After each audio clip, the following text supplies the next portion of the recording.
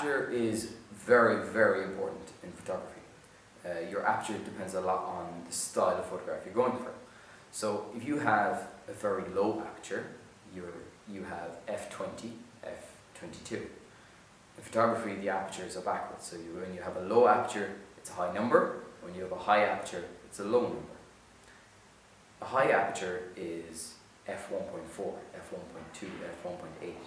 They're considered very high apertures. Very low apertures, f16, f20, f22.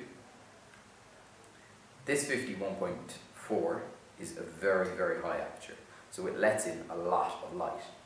So in a very dark situation, this would be ideal.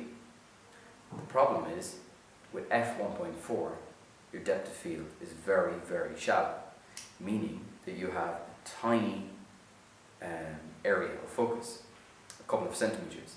If you have f16, you're going to let in a lot less light, but you're going to have a really big depth of field. You're going to have a lot of focus.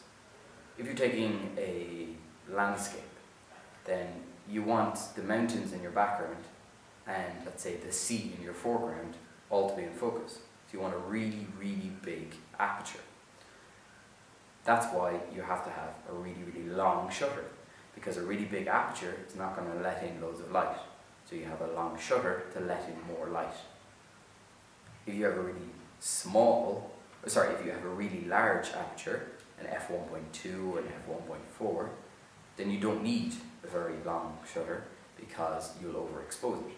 So you have a very short shutter, but then of course you have a small depth of field and not a lot is in focus.